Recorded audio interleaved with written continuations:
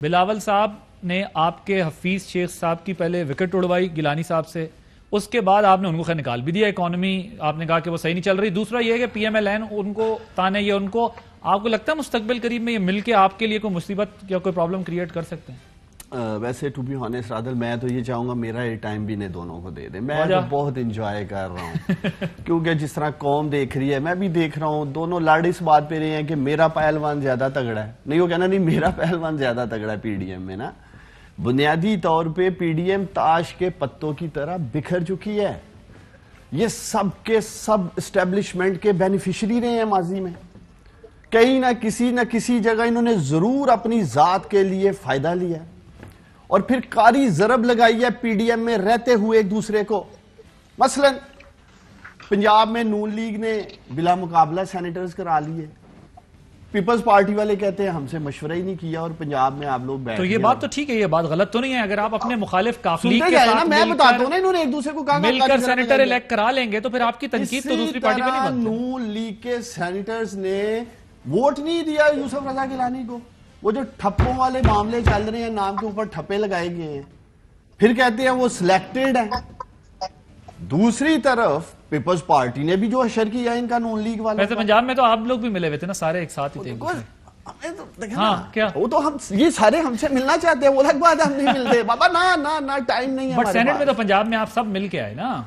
लेकिन देखें इनकी तो जो जिम्मेदारी थी अपनी पीडीएम से इजाजत लेके आना, जो भी बैठ के ये मामला तय करना चाहते थे, जिस तरह के भी थे। इसी तरह लाड़काना इलेक्शन में मौलाना फौजे रहमान ने एस्टेब्लिशमेंट की मदद से पीपल्स पार्टी को घर में घुस के हराया लाड़काना में।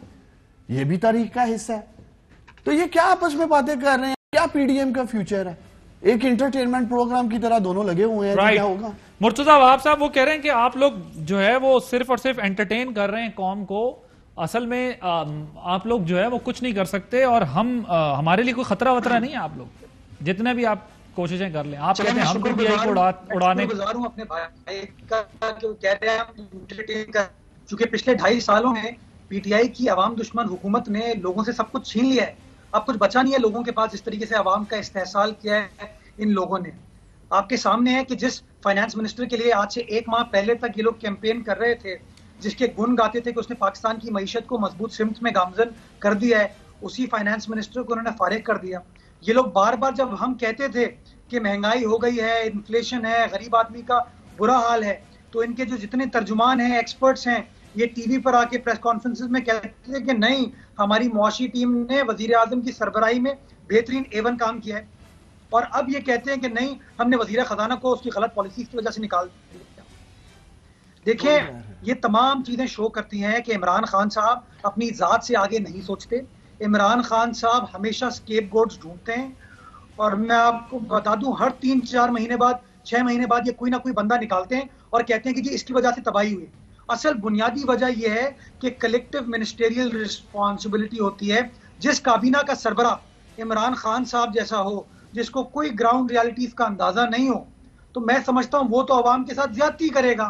पीपल्स पार्टी तो अवाम के इशूज पे जिस स्पीड से पीपल्स पार्टी के साबिक लोगों को पीटीआई ले रही है, मुझे तो ये डर लग रहा है पूरी पीपल्स पार्टी को दावत ना दे दे कि आ जाए मिलकर हुकूमत कर लेते। देखिए, ये शो करता है कि वो हुकूमत या वो सियासी जमात जो कहती थी कि हमने 22 साल जिद्दोजहद की है, हमारे पास तमाम तैयारी है पाकिस्तान के मसाइल हल करने की, उस हुकूमत 22 साल सियासी जिद्दोजहद वाली हुकूमत के पास अपना वजीर खजाना मौजूद नहीं है। चले ठीक है, जरा क्विकली रिस्पॉन्ड कीजिएगा, मैंने तारक साहब के पास जाना है फिर। जी मुर्तजा भाई, आपका पॉइंट आ गया। देखिए मुर्तजा, मैं आपकी सब बातें तब तस्लीम करूं जब आप मुझे सिंध के 6 करोड़ लोगों, जो आपकी जिम्मेदारी है सिंध हुकूमत की, उसमें महंगाई देखे ना, महंगाई की जिम्मेदारी है, इन पे तनकीद होती है, लेकिन आप अपनी गवर्नमेंट का जवाब इनसे ये तो कह के नहीं ले सकते ना, ये सिंध में परफॉर्म नहीं कर रहे, महंगाई का ये लोग पीपल्स पार्टी वाले महंगाई का चूरन नहीं बेच सकते, ना बेचने देंगे। हर टीवी प्रोग्राम में इनको याद कराएंगे कि सिंध इनकी जिम्मेदारी है, सिंध के 6 करोड़ लोग इनकी जिम्मेदारी आ जाते हैं। सिंध पे तो आप बताएं ना, सिंध पे तो आप इन पे जो तनकीद करनी है, मैं आता हूं मुर्तजा साहब आपकी तरफ कर लें, लेकिन बाकी सूबों का क्या होगा? पंजाब में तो आपकी हुकूमत, क्या बात है, बड़ा आदिल शाह बड़ा जबरदस्त वजीर आला है, बताए कितनी महंगाई कम की है सिंध में, हम फॉलो कर लेते हैं। हम इनकी बड़ी जो कबीना सिंध में बैठे उसको कर लेते हैं। केपी और पंजाब में जो आप, जी मुर्तजा साहब, मैं हमेशा से कहता हूं कि पीटीआई और उसके वुज़रा जो है ना हकीकत से बहुत दूर है। अब ये वफाकी काबीना का हिस्सा है, पीटीआई का एक अहम हिस्सा है। इनको ये नहीं पता सिंध की आबादी 6 करोड़ नहीं है, इनको ये नहीं पता। ये वफाकी हुकूमत का हाल है। ये पॉलिसीज बनाएंगे इस मुल्क के लिए। अब भाई ये पॉलिसी बनाएंगे, थोड़ी बहुत ऊपर नीचे होगी ना, जिम्मेदारी आपकी है। ये मानो कि हम महंगाई कंट्रोल नहीं कर सके सिंध में। यार उस्मान प्लीज अपनी गलती मान लिया करें। क्या गलती मान लिया करें? पता नहीं है लोग कितने हैं, आप क्या पॉलिसी भाई मेरे कितने आप बता दो, कितने हैं प्रोग्राम चला रहे हो, कितने हैं घंटा चला रहे हो, क्या आबादी है सिंध की आप बता दो। इसी में बहस 4-4.5 करोड़ है ना, 4-4.5 करोड़ 80 लाख, इनको ये नहीं पता 4.5 करोड़ है। भाई मेरे अगला सेंसस होगा ना तो उसके ऊपर देख लेंगे क्या आबादी आई है। छोड़ो इस बात पे कि 4 मुझे ये डर है कि अगले सेंसस से पहले आप दोनों का कंसेंसस ना हो जाए भाई। महंगाई है, तारड़ साहब भुट्टो जरदारी जिम्मेदार है। चलो 4 करोड़ 80 लाख तो आपकी जिम्मेदारी है कि नहीं? 4.5 करोड़ आबादी है और सेंसस ठीक हो तो ठीक करें पहले। अच्छा चलाएंगे आप लोग। तारड़ साहब एक सेकंड ठहरो, आप लोग कहते हो कि पिछला जो सेंसस हुआ ठीक नहीं हुआ, आदादोशुमार कम है, ये कहती हो कि नहीं? आगे बढ़े चले। पीपल्स पार्टी कहती है कि नहीं? बहुत कमी है, गूगल कर लिया करें खुद। तारड़ साहब इनको कुछ नहीं पता, आगे बढ़े। तारड़ साहब ये बताएं, एक तो जाहिर है पीपल्स पार्टी कह रही है हम जेन्युइन ऑपोजिशन कर रहे हैं पीटीआई के साथ, और दूसरी बात उन्होंने कहा कि आप अगर हमारी स्ट्रेटजी पे ना चलते ना, चाहे वो सेनेट इलेक्शन हो चाहे बाई इलेक्शंस हो, जिसकी वजह से आज एक एनवायरनमेंट बना है गवर्नमेंट के खिलाफ, तो आप तो वॉक ओवर दे रहे थे हफीज शेख साहब को और पीटीआई को। वो तो आज हटे तो हमारी वजह से हटे हैं, और अगर हमको हराया तो हमने ये स्ट्रेटजी डिजाइन की थी। पीएमएलएन की जो पॉलिसी थी उससे तो आप वॉक ओवर दे रहे थे हर तरफ पीटीआई को।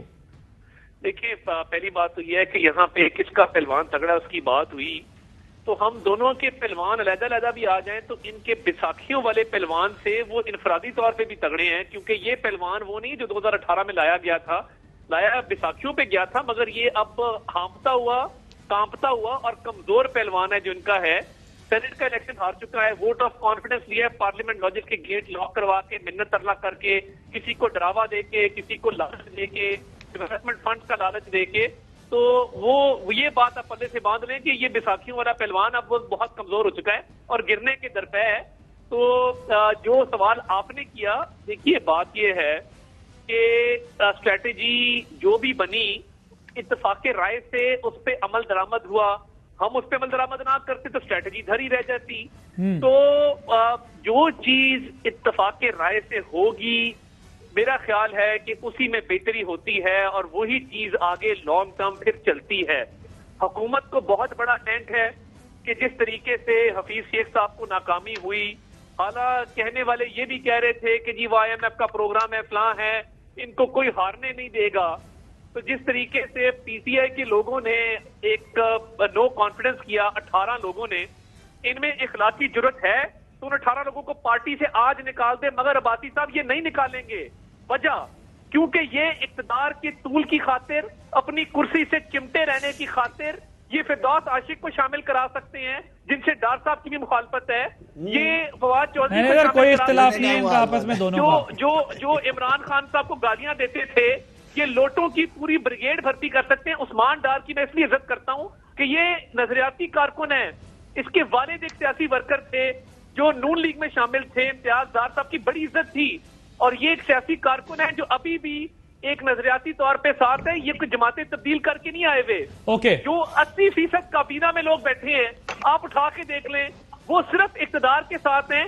मैं चैलेंज करता हूं उन 18 लोगों के नाम ले और उनको पार्टी से निकाले, अगर हिम्मत है तो। नहीं निकालेंगे क्योंकि ये जो हुकूमत है वो पंजाबी में कहते हैं टूट गई तड़क करके, तो ये टूट जाती है।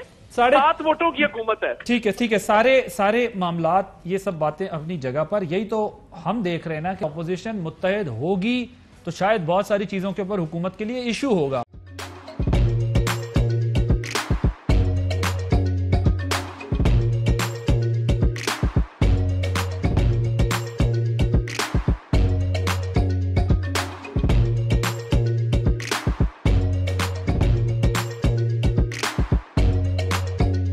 Instead of saving up for a new toy or a trip to Disney World, a 7-year-old